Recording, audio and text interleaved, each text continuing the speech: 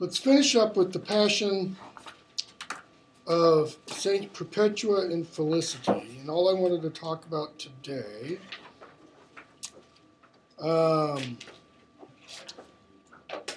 was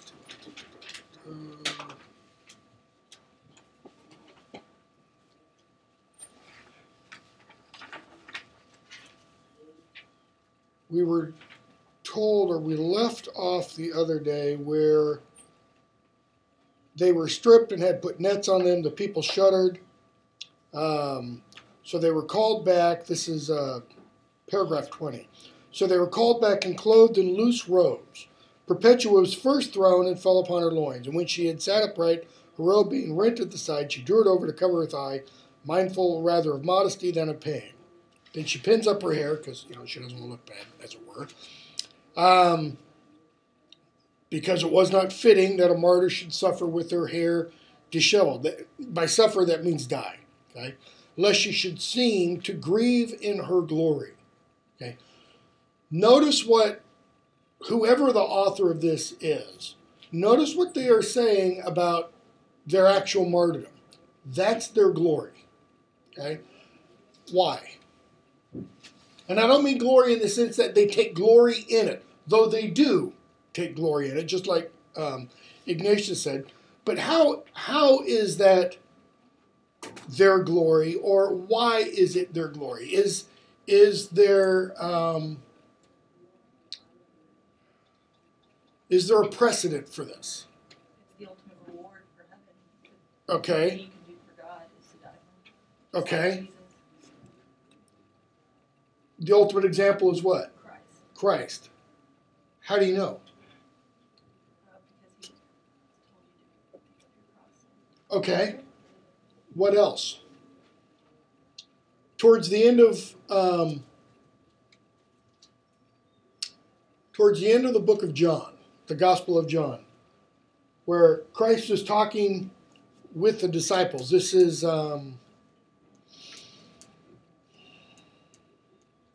somewhere around John 16, 17, 18, I believe. Maybe even as early as 15.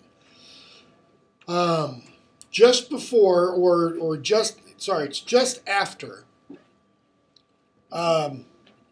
Christ tells Judas, go do what it is you have to do. He says to the rest of the disciples, now is the Son of Man glorified, and God glorified through me. Okay? But what does he mean? He doesn't mean the Son of Man is glorified through the Last Supper, which they've just done. He means the coming crucifixion. Okay? And he says, different book, I believe it's Matthew. He says, Father, glorify thou me as I have glorified you. And they hear a voice from heaven and says, you are glorified, etc. That's all leading to the crucifixion. So if you want to see God in all of his glory, it's there hanging on the cross. It's not, God before the ages. It's not the second coming. It's God completely emptying himself out on the cross. That's why I think, this is considered their glory. And why they don't want to be seen, or why, which one is it here? Felicity doesn't want to be seen. Why Perpetua doesn't want to be seen grieving. Because this is the most godlike thing someone can do. To suffer. Okay?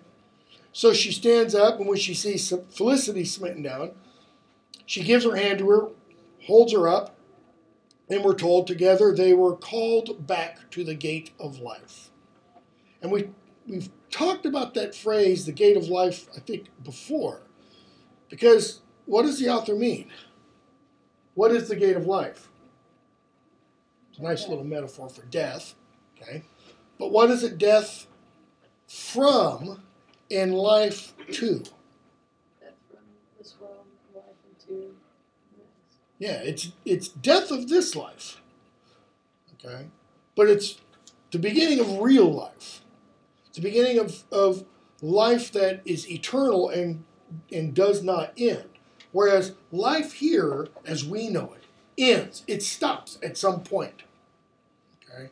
But going through the door, as Tolkien would say, the road goes ever on. It never ends. You just keep traversing it. Okay? St. Paul says, I think it's St. Paul, says that once we go through that door, once Christians go through that door, they will go from glory to glory. That is, becoming ever more and more and more glorious. Okay? So, there Perpetua, being received by one named Rusticus, then a catechumen, who stood close to her side, and as now awakening from sleep, so much was she in the spirit and in ecstasy, right? She starts to look around her.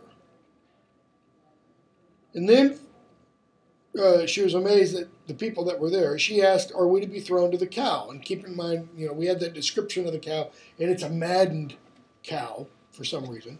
And when she heard that this had been done already, she would not believe till she perceived some marks of mauling. That is, she looks at herself because she doesn't believe that she's already been tormented. So she calls to her brother and speaks to them and says, stand fast in the faith, love you all one another, and be not offended because of our passion. 3 things. Okay? And think of St. Ignatius with this. Think of those 3 main themes in the letters of St. Ignatius. Okay? She says, 1, stand fast in the faith.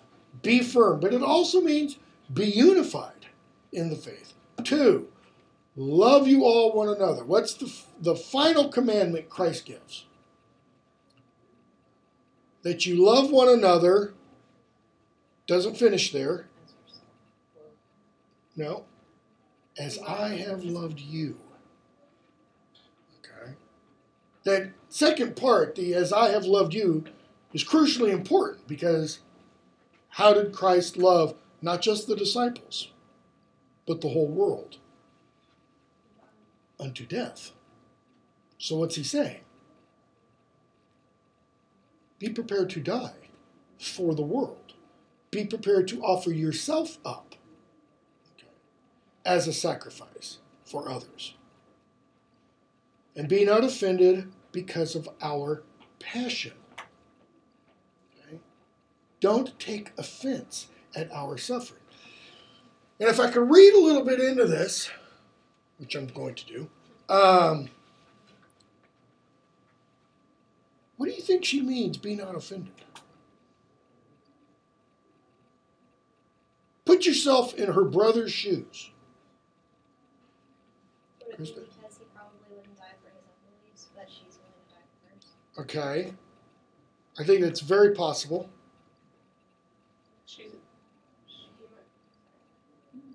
I was gonna say he might be like offended in the fact that like she's kind of like he feels like she's forsaking him. Okay. What else can the word offended mean? If you get offended by something, what does that really mean for you? What happens to you internally? You're bothered. You're upset. Come on, give me another adjective. Sad. Okay. Hurt. Hurt. Angry. There you go. I mean, if somebody offends you, what happens? You're angry. You want them to stop. Yeah, it might be also you're hurt. You're emotionally troubled by it. But generally, when you take offense at something, that's like somebody slapped you or punched you. You get angry at it. Okay? So I think when she's saying, be not offended, she's saying, don't get angry at this. Like, don't be angry at whom? Her? God? The people killing her. The people killing her. Saturus also at another gate exhorted Pudens the soldier, saying, so then indeed, as I trusted and foretold, I felt no assault of beasts until now, and now believe with all your heart. Behold, I go out thither and shall perish by one bite of the leopard. Remember, he had a vision that said he would die by a leopard. And the leopard is released. One bite pretty much did it. He's covered with so much blood. The people cried out to him. saying, well washed, as in like washed in the blood of the Lamb. Okay. Truly it was well with him who had washed in this wise. Then said he to Pudens the soldier, farewell, remember the faith in me. Let not these things trouble you, but strengthen you. Okay. Now keep in mind, Pudens, we're told, is a soldier. We've also been told already he's a catechumen. You know, he's kind of in a tough place there. Because it's his job to enforce the law, and yet he's one of those who is under the law. Okay? I'm going to skip a little bit. The rest, not moving and in silence, received the sword. That is to ensure that they were dead. But Satyrus much earlier gave up the ghost, for he had gone up earlier also, and now he waited for Perpetua likewise. But Perpetua, that she might have some taste of pain, was pierced between the bones, and shrieked out. And when the swordsman's hand wandered still, for he was a novice, in other words, he wasn't, that good with a sword.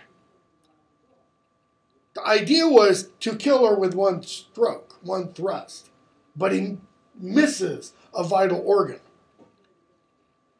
Herself set it upon her own neck. In other words, it's kind of like she goes, no, let me show you.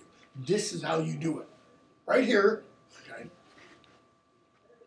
Perchance so great a woman could not else have been slain, had she not herself so willed it. O most valiant and blessed martyrs, O truly called and elected unto the glory of our Lord Jesus Christ, which glory he that magnifies, blah, blah, blah, blah, blah. Okay? So, we've got this passion. We've seen the letters of Ignatius. We didn't talk about it really, but you read, I think, the martyrdom of Polycarp. Now keep all those in mind and turn to the life of Mary of Egypt. Okay? One huge difference between these, obviously, is that Mary is not a martyr per se. And the reason I say per se is she's not hauled into the ring and forcibly killed for the faith. She is a martyr in what sense, however? She gives her life. What does the word martyr mean? Witness. That's what it means. Okay? Christ in Revelation is called the great martyr because he's the great witness of God. So she is a martyr in that sense, in that she witnesses to the power of God. All right? Look at the beginning. We're told, and I've got a bunch of Google set of images of icons, which I'm going to put up on the board in a minute, because I'm going to talk about a couple of them and how they emphasize different aspects of the story. And then I'm going to pull out one that depicts her entire life. We're told that the writer of this is Saint Sophronius. Sophronius was a bishop of Jerusalem, and I thought I wrote it down, but I didn't. 7th century, 620s to 630s, something like that. And he tells us, that he received the story of the life of Mary of Egypt from a monk. Okay? And he said prior to his writing it down, the story was handed down orally. Okay, it's kind of important because it tells us, a little bit of time has passed from the time from when St. Mary of Egypt lived to his own time. And he tells us why he wants it written down. So he says, to be silent about the works of God is a great loss for the soul. And I, Sophronius, In writing the life of St. Mary of Egypt, I am afraid to hide the works of God by silence. Okay? And he alludes to the parable of the 3 men with the talents. Remembering the misfortune treated to the servant who hid his God-given talent in the earth, I'm bound to pass on the holy account given me. In other words, he's saying, I've been given a great richness. It is my duty to pass it on. But he's saying to pass it on in written form. Why? Because once it's in written form, and this is a little fluid, it can't be changed. That is, when something is passed on orally, little details change. Little things creep in and creep out.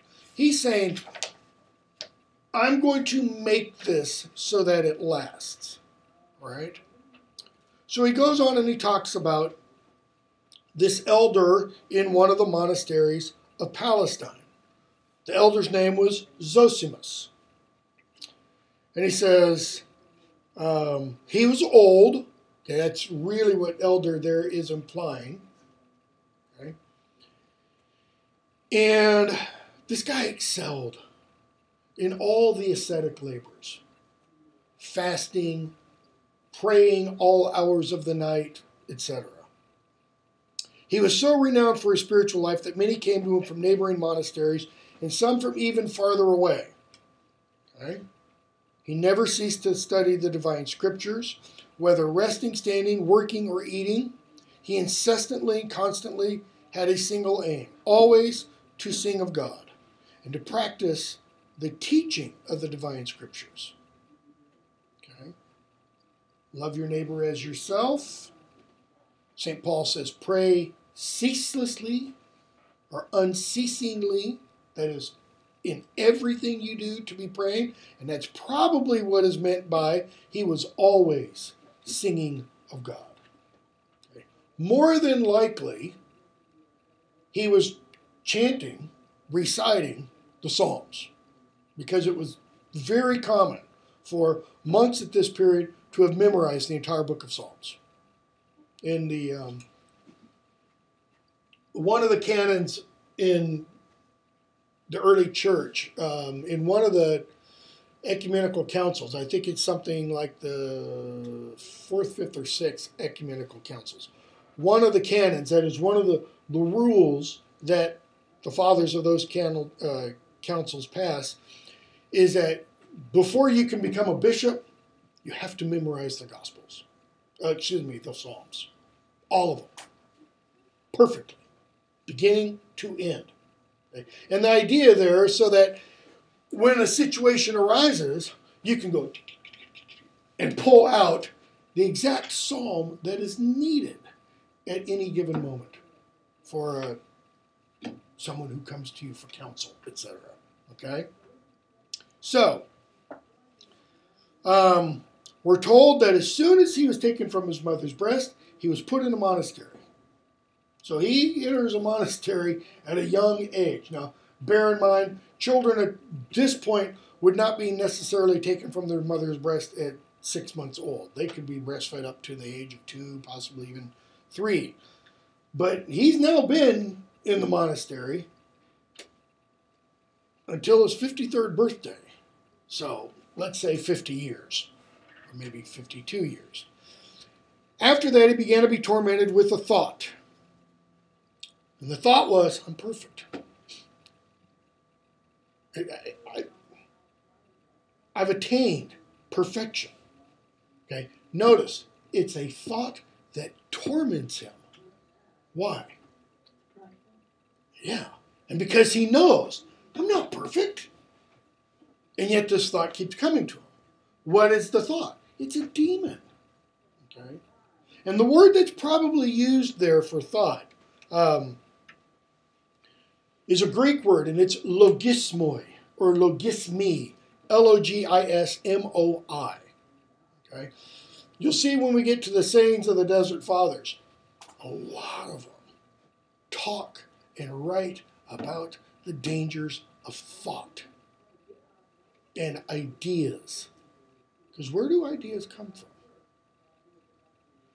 Where did, when J.K. Rowling was on her train from Manchester to London, where did the idea of Harry Potter come from? Did it pop up from the electrical firing of her synapses in her mind?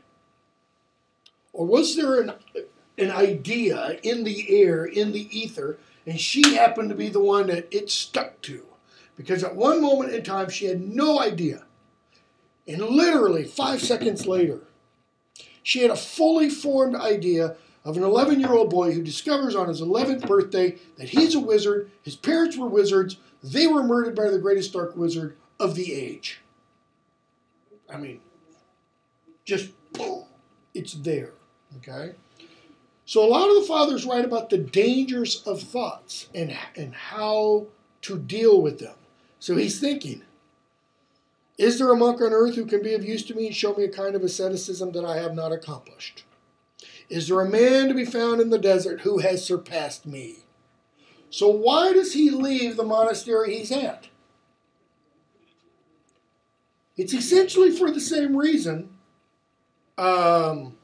Roughly 1,000 years earlier, Socrates was a thorn in the side of the men of ancient Athens.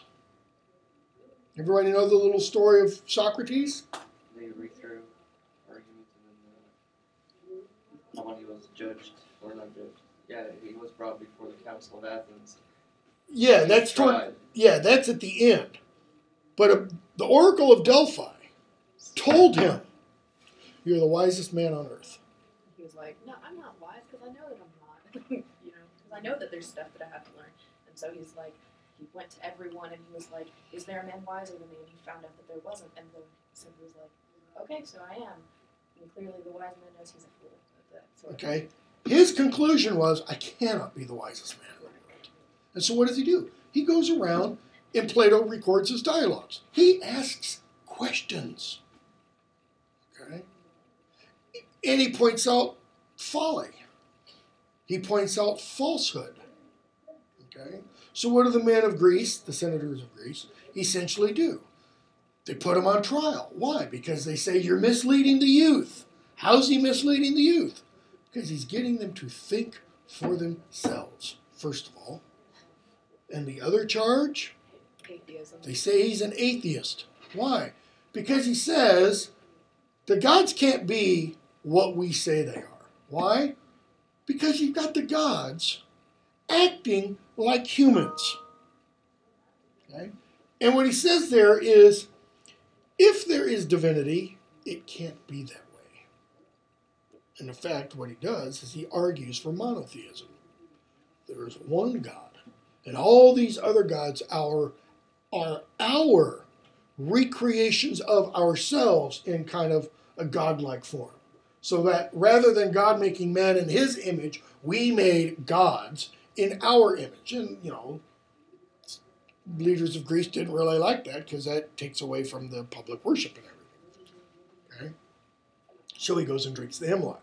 So Zosimus is going to go out and try to find someone who has done greater ascetic feats than he has. And notice, is there a man to be found? Okay? And an angel appears to him and says, Zosimus, man, you're a good warrior for Christ. Valiantly you have struggled. As far as this is within the power of man, valiantly have you gone through the ascetic course. Notice, within the power of man. I'm not emphasizing man, the gender. It's man humanity. But it's as far as within your human ability. Why does the angel do this? Because I'm going to take you and show you someone who did this through a superhuman ability. Someone who attained feats of asceticism that are irrational, illogical to the human mind. Feats of asceticism that can only be done what? By the grace of God. Right? So, but there is no man who has attained perfection. Neither did Mary, okay, which we're going to get to. Before you lie unknown struggles greater than those you have already accomplished. Meaning, you want to push yourself? You want to struggle? Leave the monastery, go out in the desert. That you may know how many other ways lead to salvation, leave your native land like the renowned patriarch Abraham and go to the monastery by the river Jordan. Okay? So, if you want to know that there are other ways that lead to salvation, that is, it's not just your path, go to this monastery. And he does.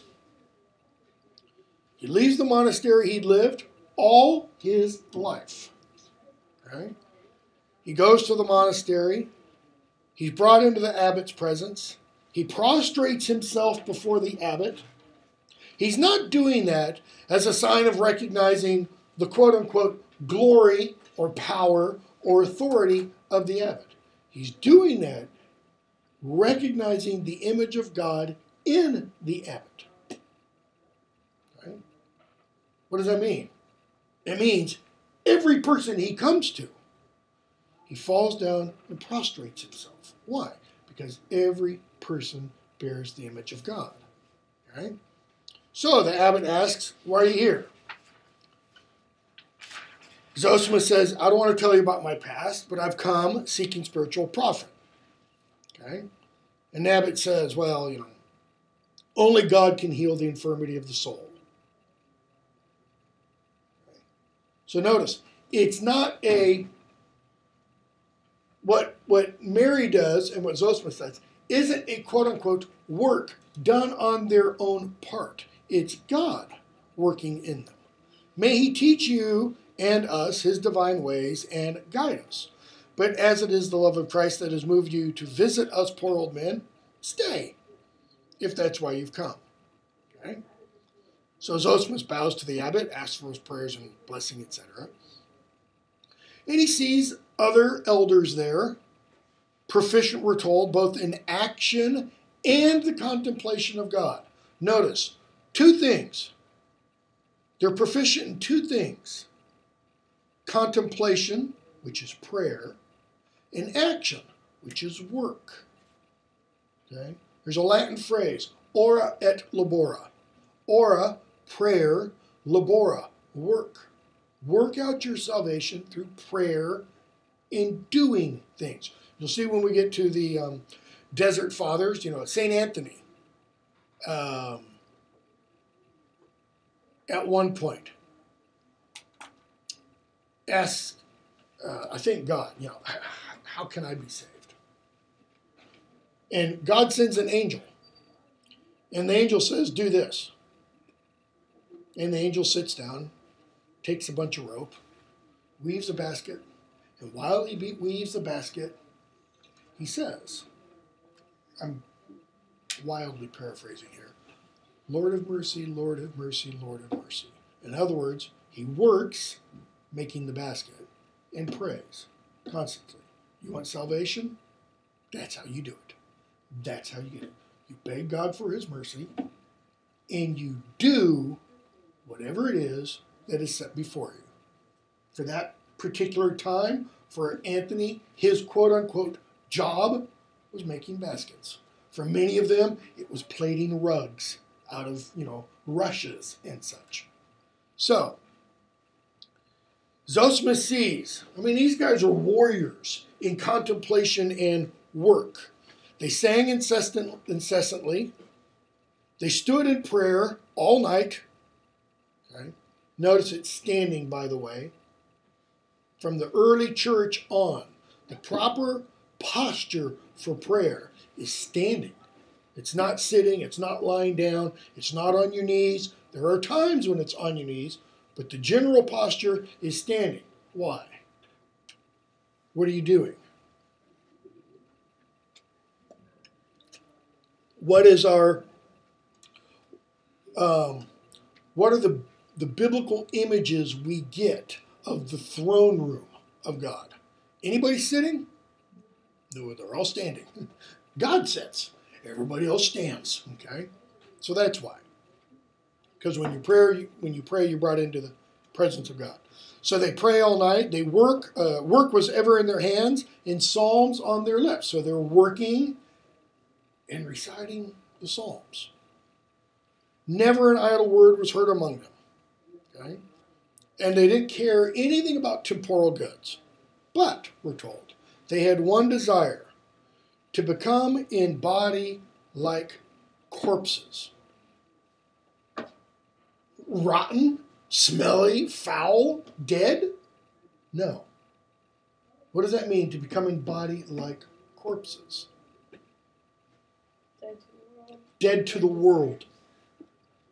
That's why a priest generally wears black. The black is an indication that they've died to the world. Okay? Here's another story of, I think it is St. Anthony. It's either St. Anthony or it's another guy named, it might be Barsanuphius or Dorotheus of Gaza. One of those three.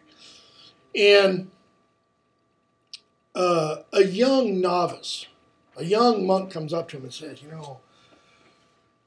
how do you do this? How do you die to the world? How do you die to self? How do you, die to other people calling you names and stuff? I'm having trouble with this. And so the old guy, one of these three famous monks, Anthony, Barsanuphius, or Dorotheus of Gaza, takes him to a cemetery. Takes him to a freshly buried monk. So the ground is mounded over, and he says,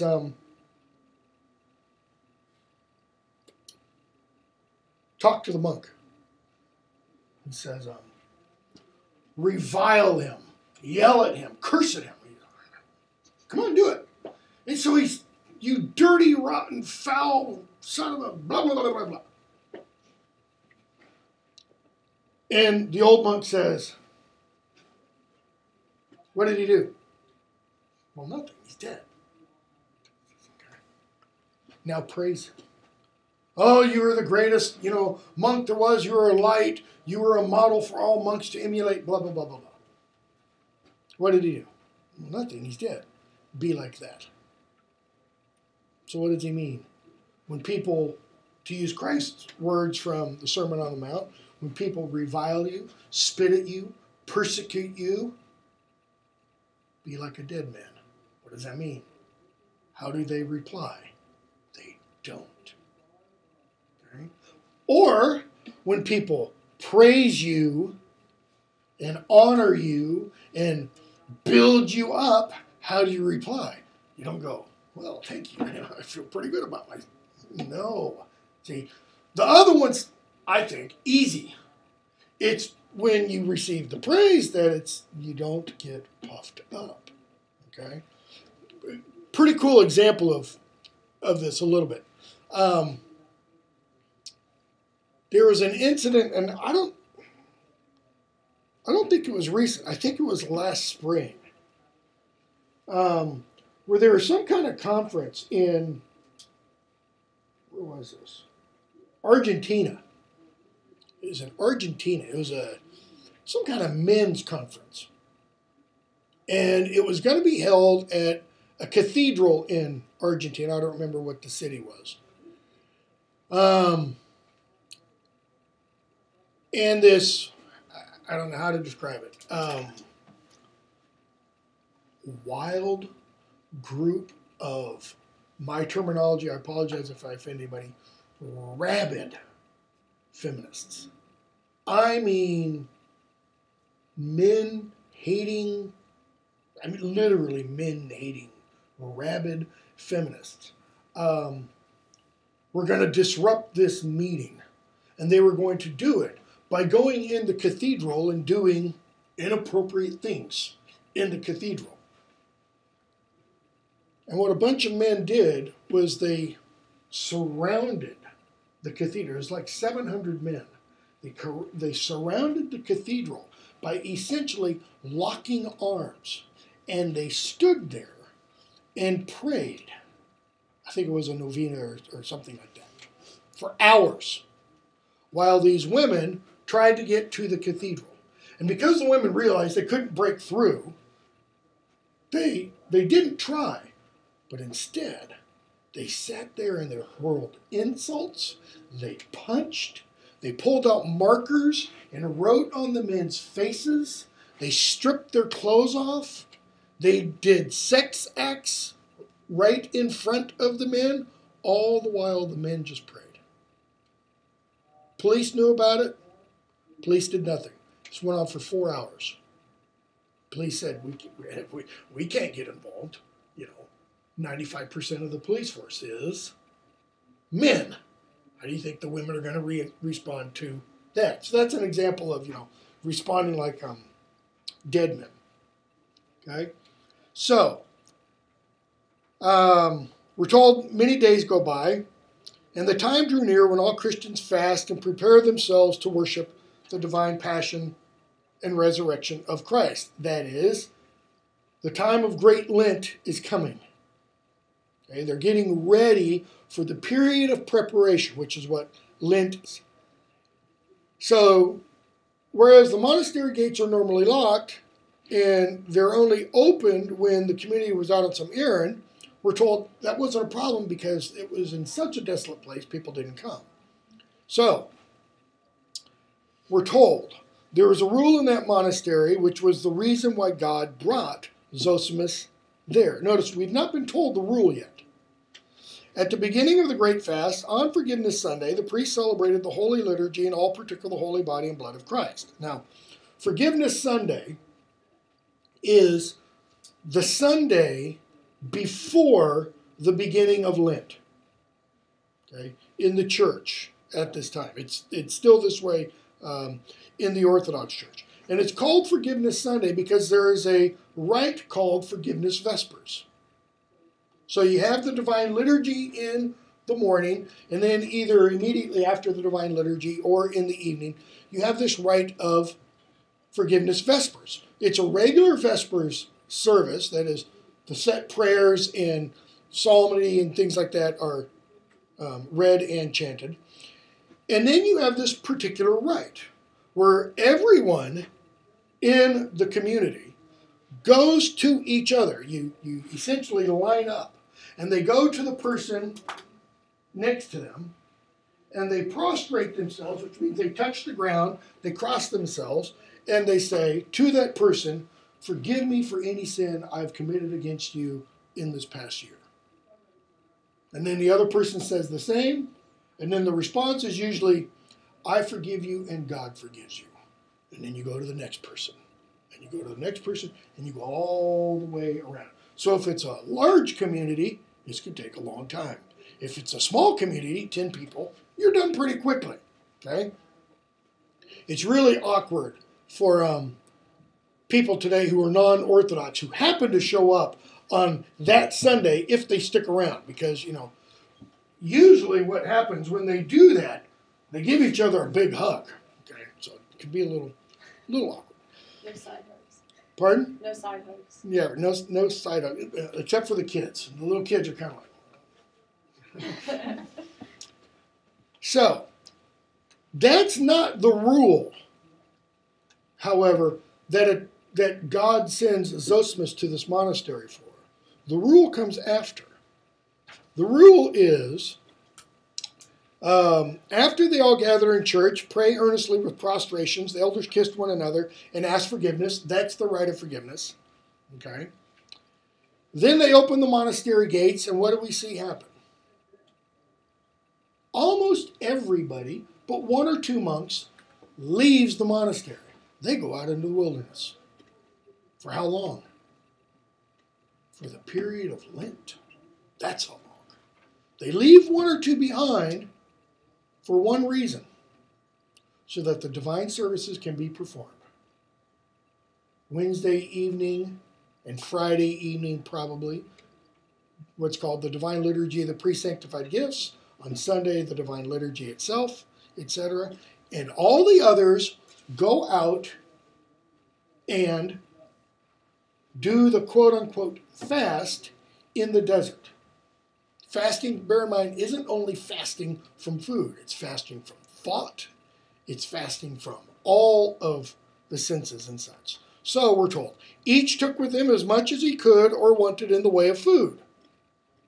So some probably go with very little, some probably go with a little bit more. Yeah, Caitlin. How do you fast in thought? That sounds really hard to me. Well, isn't that just like abstaining from the thought of sin? Like going back to. So just reciting Psalms kind of. It could be reciting Psalms. It could be, a thought enters your mind that you know is not a healthy thought. And some people will say, you try to push it away, you repress that thought. Or the other thing to do is you acknowledge it.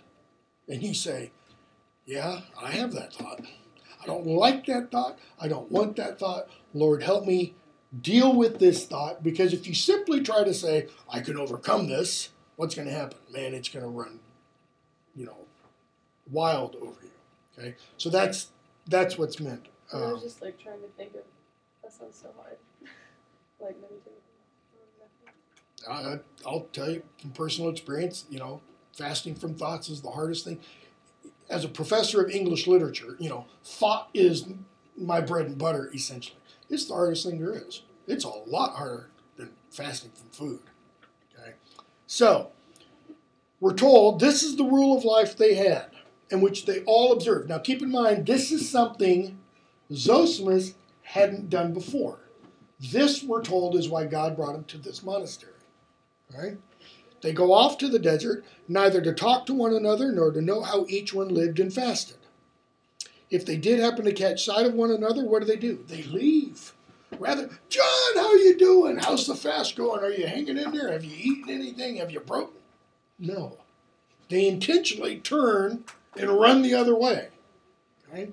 Living alone and always singing to God, and at a definite time eating a very small quantity of food. And we're told in this way they spent the whole of the fast. How long's the fast? What do you think? Yeah. Well, that's without Sundays. Yeah. Well, no, in the Eastern Church, it's including Saturdays and Sundays. In the Eastern Church, the fast itself is 6 weeks. Okay? So it's 42 days, and then you have Holy Week. Because Holy Week isn't, strictly speaking, considered part of Lent. Holy Week is totally separate. Holy Week meaning from Palm Sunday to Easter. Okay? So, we're told in this way they spent the whole of the fast and used to return to the monastery a week before the resurrection of Christ. That is, on Palm Sunday.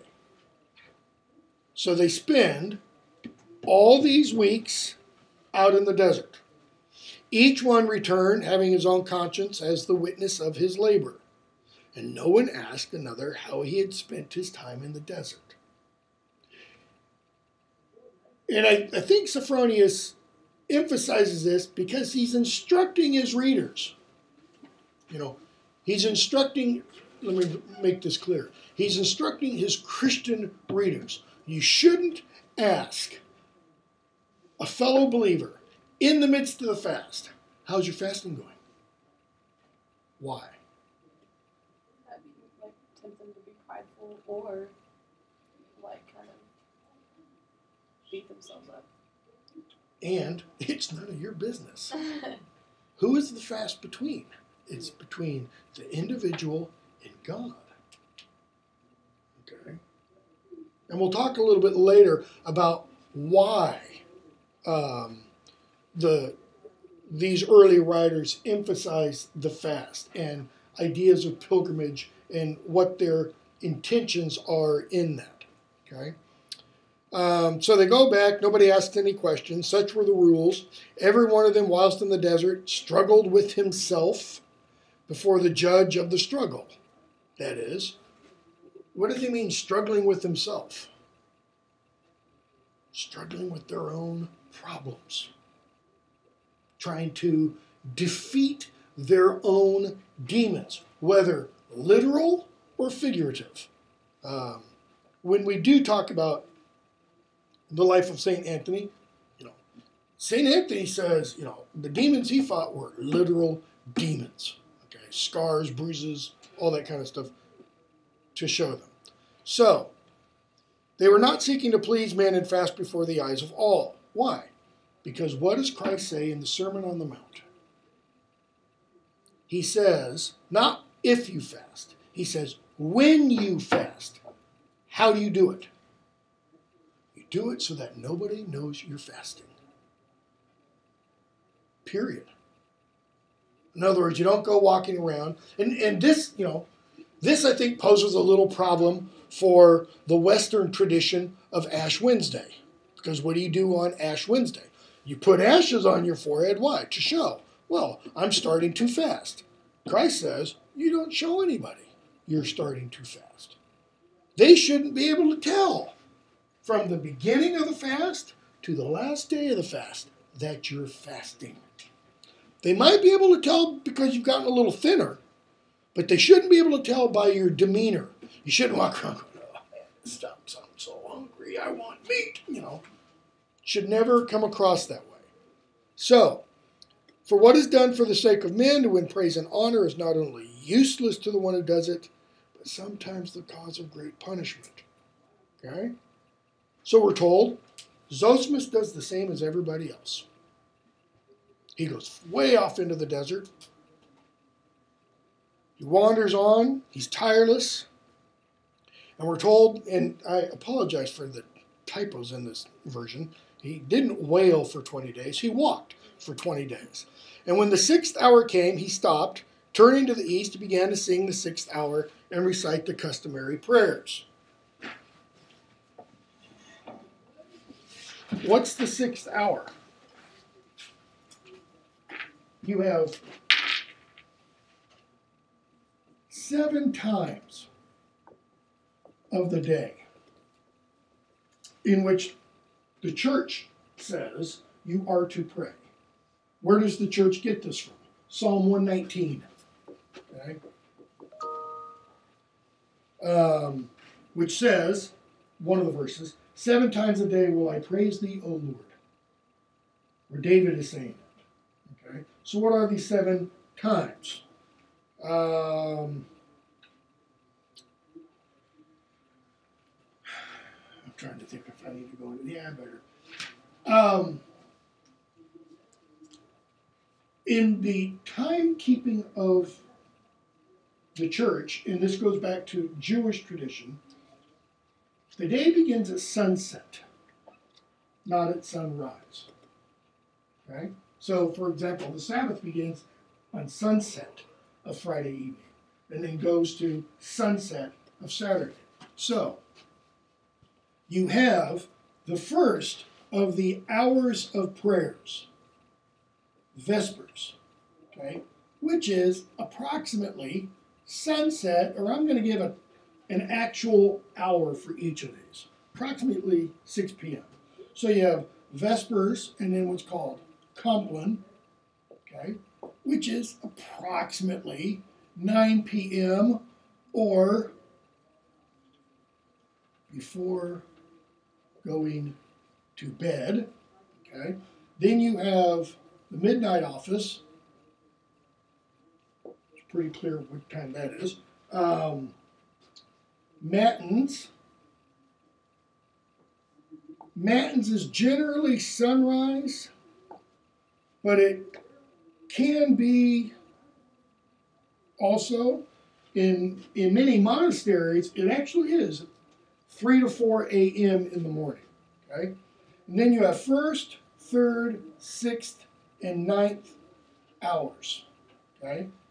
The 1st hour is 6 a.m., the 3rd hour is 9 a.m., the 6th hour is 12 p.m., and the 9th hour is 3 p.m. Okay? Christ is crucified at the 6th hour. He dies at the 9th hour. All right? These are the hours of prayers. In the Middle Ages of the Catholic Church or the Western Church, the names for these get changed. This becomes prime, I believe.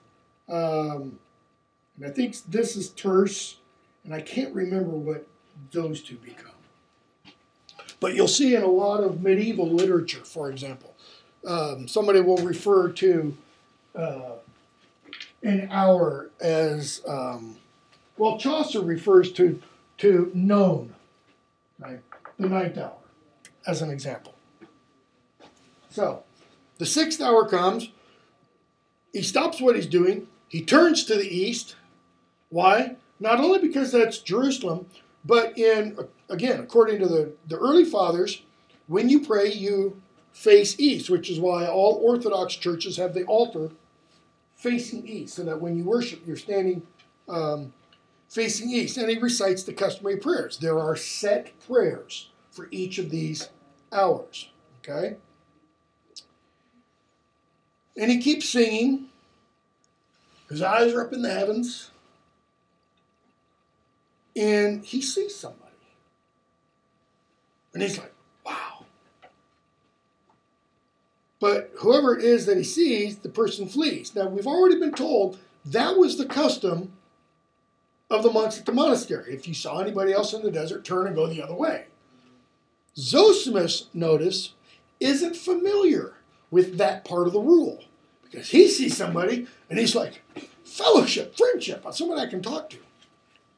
And so he asks, why do you run? Who are you? And the other person speaks. And so we start to get this long dialogue between the two of them. Forgive me for God's sake, I cannot return toward you, show you my face. Abba Zosimus. What? But if you would like to fulfill one wish of a sinful woman, throw me your cloak so I can cover my body and can turn to you and ask for your blessing. She's stark naked. Not a shred or stitch of clothing. Zosimus is like, oh, how did this person know who my name was? She had the power of spiritual insight. God gave her that information.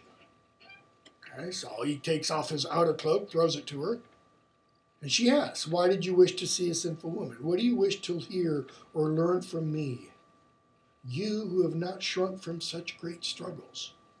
And it's almost like she's saying, I know what you've done in the past. And he throws himself on the ground and asks for her blessing. Why? Not only because she has the image of God in her, but he recognizes in her, this is someone who has attained a level of holiness that he hasn't even come close to. Okay? But she bows down before him. So now they both bow down in front of each other. Their faces are to the ground, and they're talking to each other. Bless me, bless me, bless me, bless me. Okay? And she says, no. You must give blessing and pray. Why? Why does Mary make him? Because he's a priest. Okay? And he holds in his hands the quote-unquote divine mysteries, the body and blood of Christ. Every time he celebrates the Eucharist. She doesn't. She never has. Okay? And so he says, O Mother, filled with the Spirit by your mode of life, it is evident that you live with God. What does he mean? He means you are alive here, right now. But you also live simultaneously in full communion with God.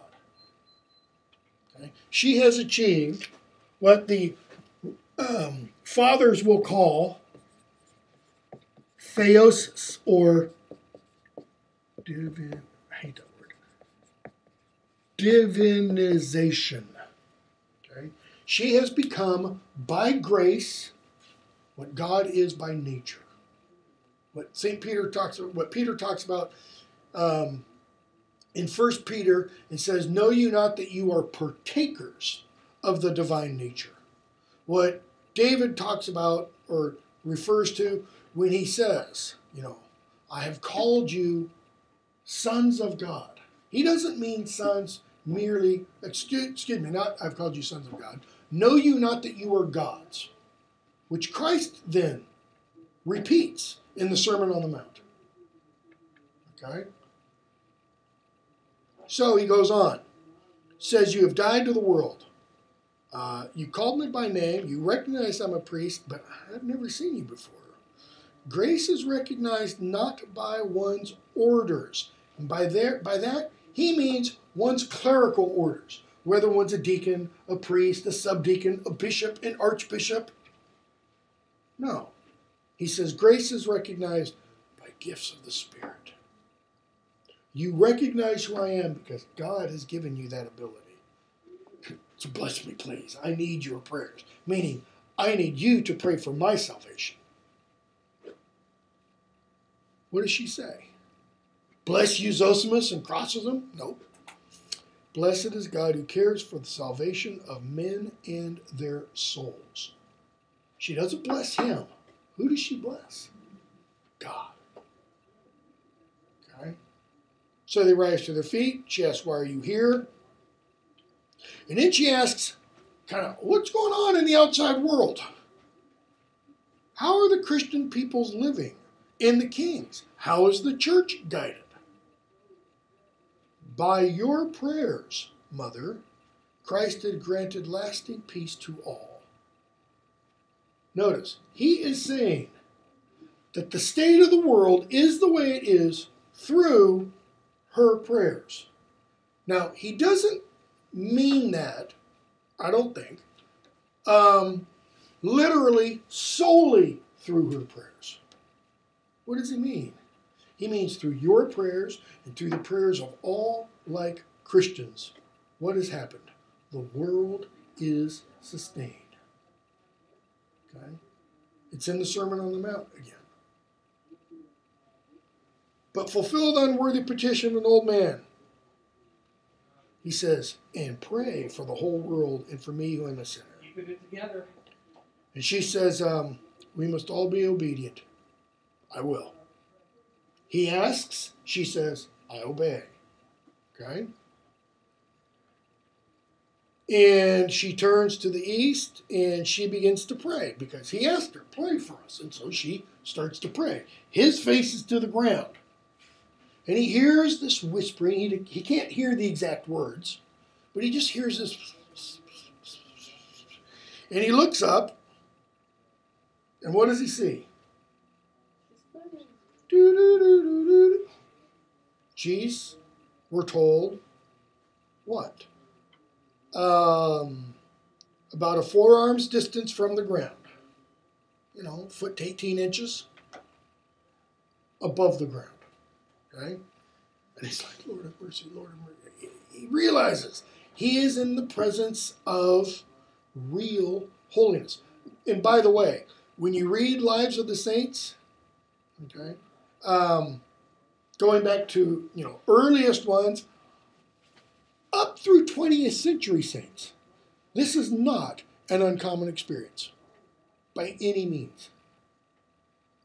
Okay? And it's not, they're sitting there doing something, moving magnetic balls or whatever and levitating. They are lifted up by the grace of the Spirit. Okay? So he's lying on the ground. Notice, tempted by a thought. Well, what led him to go down to this monastery in the first place? He was tempted by his thoughts. And the temptation of this thought is, this is a spirit. This isn't a real flesh and blood person. And she turns and asks, why do thoughts confuse you, Abba, and tempt you about me? Kind of like when Christ is teaching and he tells the sick guy, get up, walk, your sins are forgiven you. And he knows the thoughts of the people. And he goes, why are you upset that I said, get up, your sins are forgiven you? Don't you know man was the Sabbath was made for man and not man for the Sabbath? So she says, if I were a spirit, why are you tempted about me as if I were a spirit and a dissembler in prayer? She goes, no, I'm a sinful woman, though I am guarded by holy baptism. Why guarded? Because she has the grace of the Holy Spirit. Okay? And so he falls again to the ground. He embraces her feet and says, tell me your story. You got to tell me your story so I can share it with people. I mean, this will be hugely edifying. And she goes, yeah, I'm embarrassed. I'm ashamed. But as you've already seen my naked body, I shall likewise lay bare before you my work, so that you may know with what shame and obscenity. Notice the tense she uses. My soul is filled. She doesn't say was. She says is. Why? What is she suggesting? He looks at her and he sees perfection, holiness. She looks in the mirror and what does she see? Rot and filth. So, she tells him, I was born in Egypt, and at the age of 12, I ran away.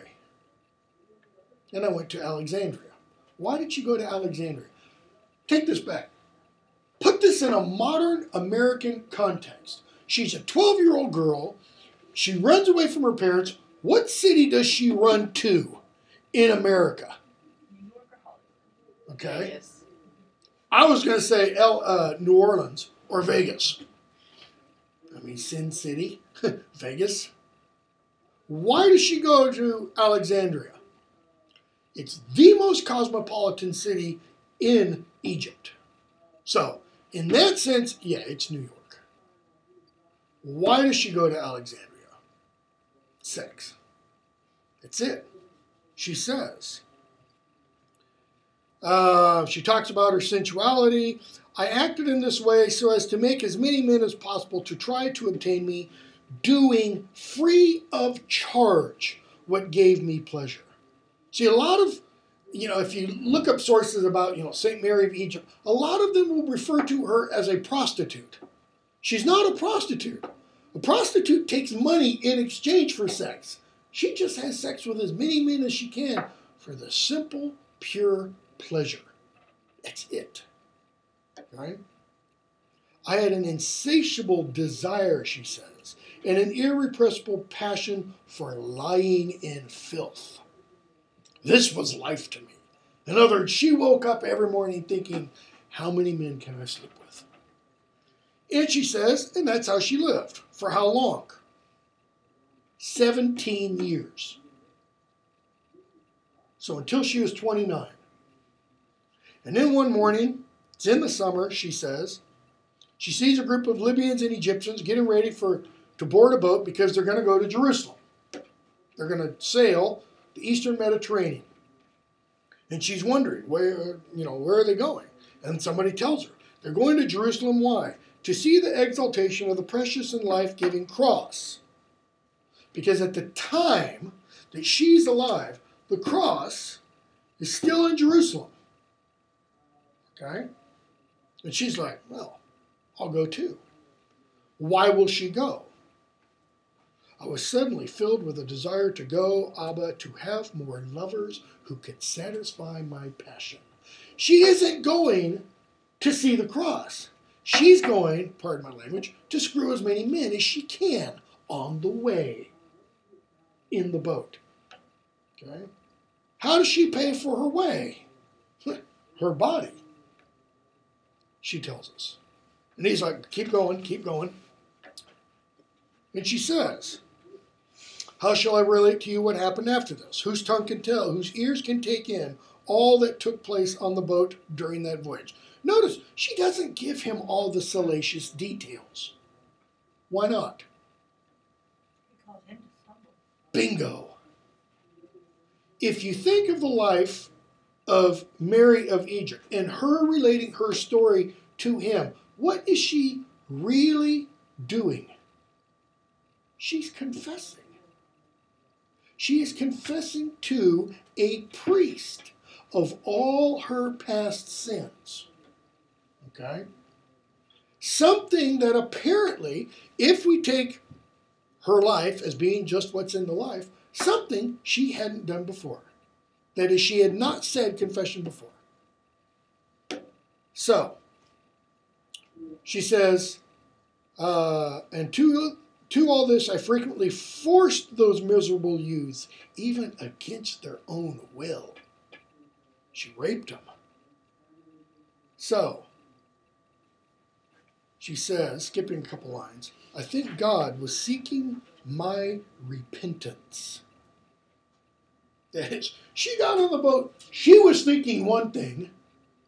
Meanwhile, back in heaven, God was thinking something else. And he was drawing her to him. For he does not desire the death of a sinner, but magnanimously awaits his return to him. Like he's standing out there going, come on, I know, you're foul and rotten. Come on, I want you back. I was not content with the youths I had seduced at sea, who had helped me to get to Jerusalem. Many other citizens of the town and foreigners I also seduced. So the holy day of the exaltation of the cross comes. That is September 14th, by the way. It's a immovable feast of the church. It always occurs on September 14th. Okay? From the 4th century on. Okay? And people are making their way, I think it is to the Church of the Holy Sepulchre, which you can still go to in Jerusalem.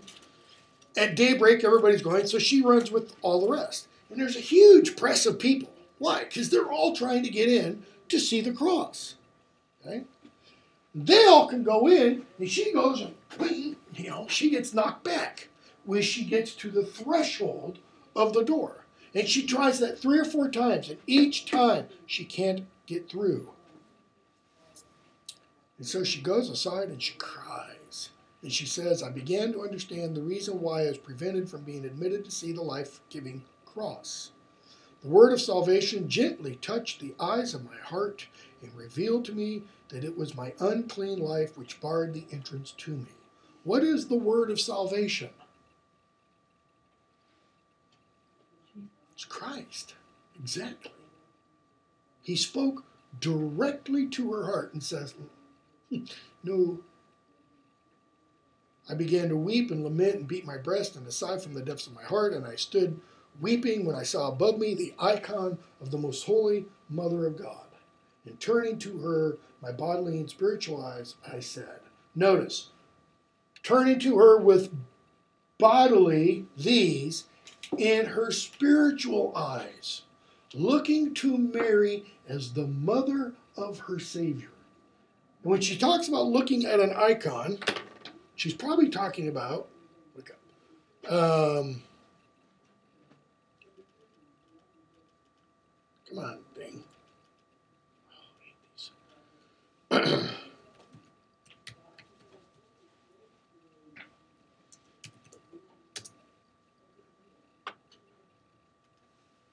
She's probably talking about something like this. Look up.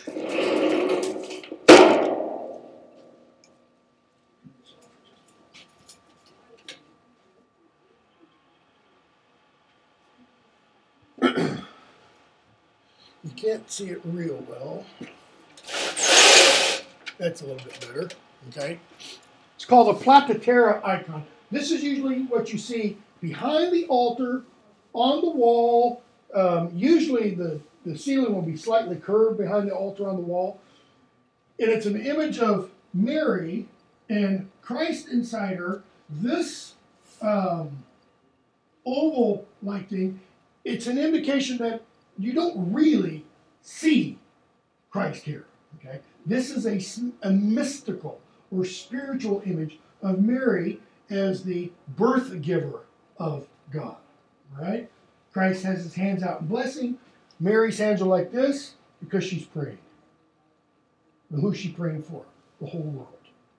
Okay, so that when Mary of Egypt sees this, we're told she sees this with these eyes, but she sees this and what lies behind this also with her spiritual eyes.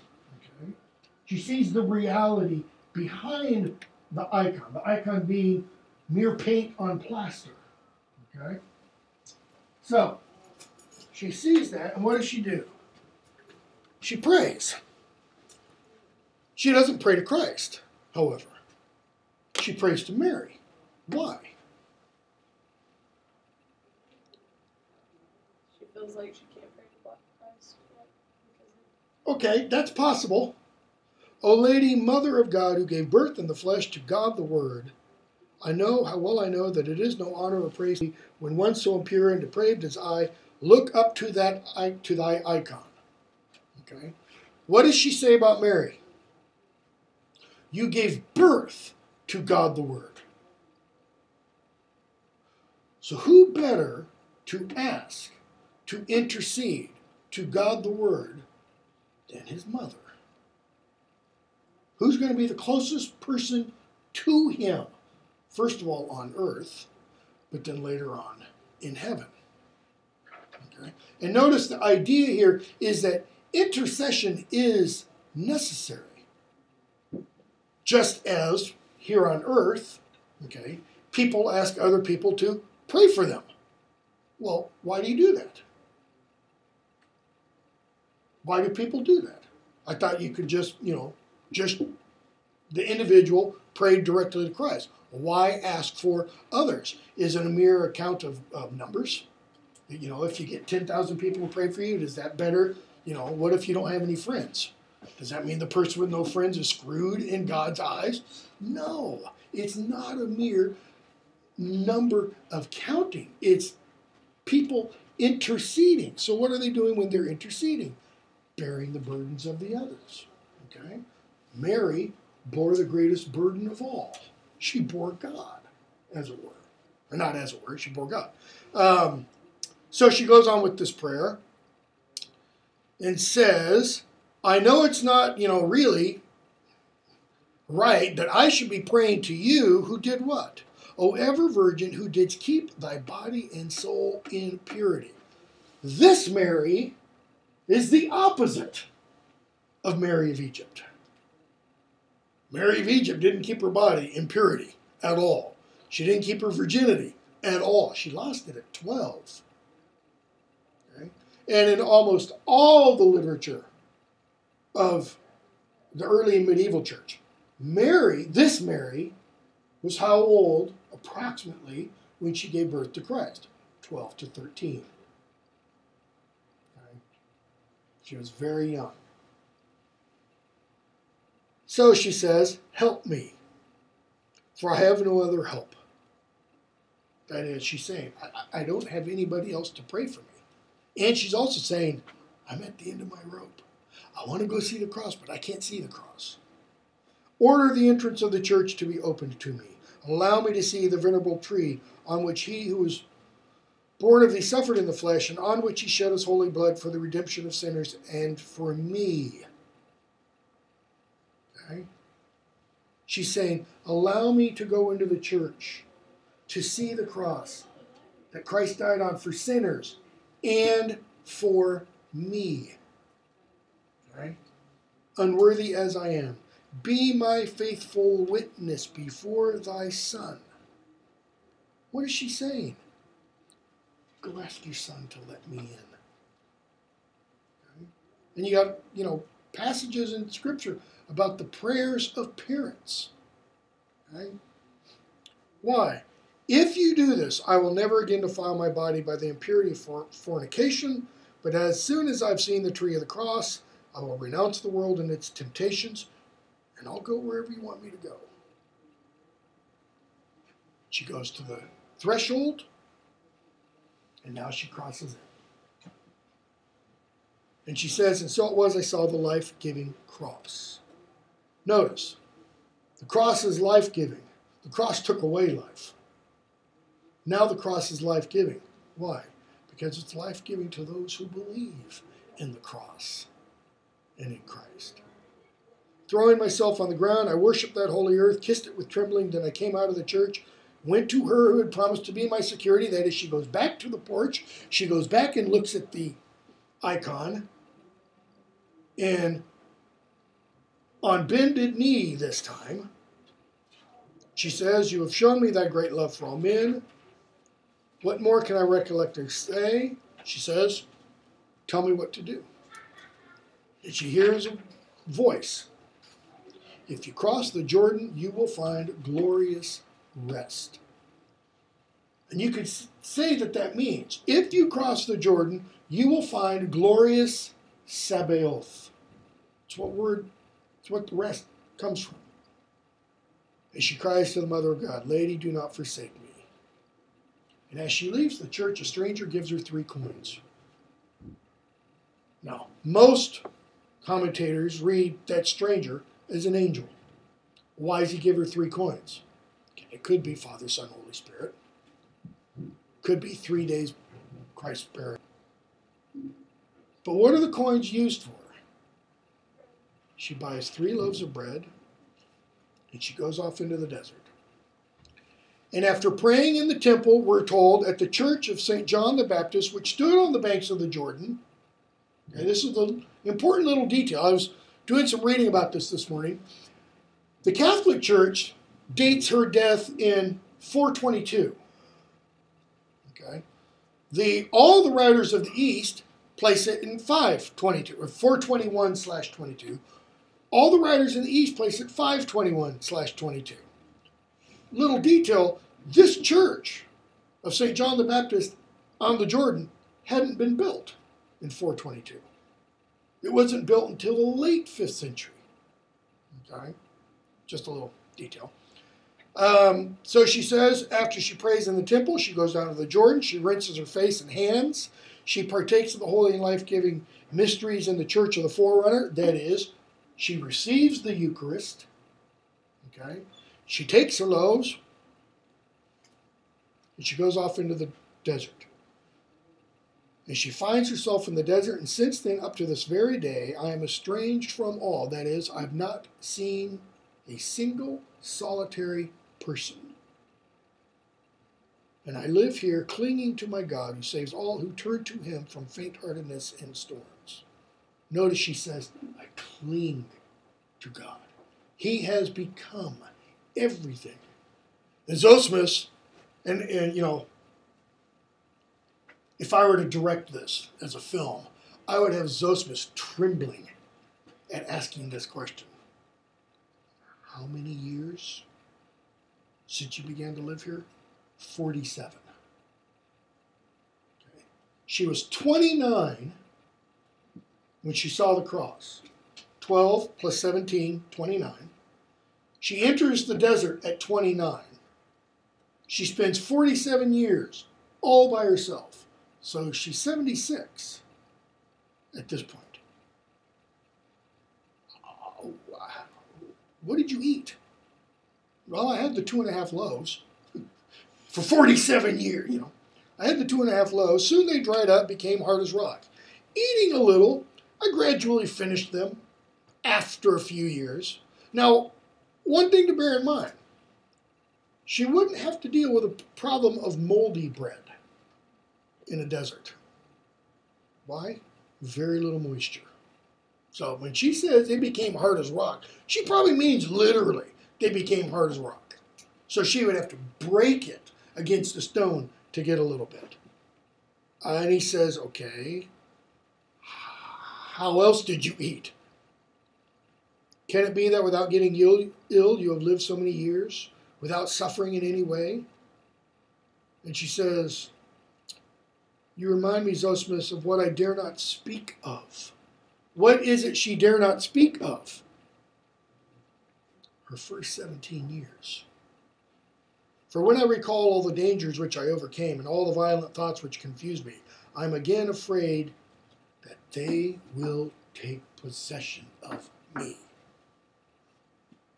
Okay? She's acknowledging something there that, you know, Alcoholics Anonymous teaches alcoholics. What can an alcoholic never say? I'm cured. An alcoholic has got to admit, from the time they first go to an AA meeting until their last breath, I am an alcoholic. Because what does that say? I can always relapse. And she is saying, even thinking about this, I'm afraid that those thoughts will come back. And so she says she passed 17 years fighting wild beasts, not literal wild beasts. Dash, dash, mad desires and passions. Desires and passions of the flesh. Keep in mind, how had she spent the previous 17 years? Probably multiple times every day in sensual passion. When I was about to partake of food, I used to begin to regret the meat and fish and the wine and the luxury. She says, so that she used to succumb with thirst. And she'd think of the songs. Okay, keep in mind, Alexandria, man, hip town. New York, LA, London, I mean, it's where life was. And she says, but when such desires, and we'll stop with this and pick up with the rest of it on Tuesday. But when such desires entered me, I struck myself on the breast, reminded myself of the vow. And in her thoughts, she does what? She returns to this icon problem. And cries in prayer, and she implores to Mary to chase away the thoughts. Notice what she doesn't do. She doesn't say, I dispelled the thoughts. This gets back to your question, Caitlin, about how do you fast from thoughts. Okay. She asks for help. And after weeping for long, beating my breast, I used to see light at last, which seemed to shine on me from everywhere. And calm descended. Okay, we'll stop there. We'll pick up there on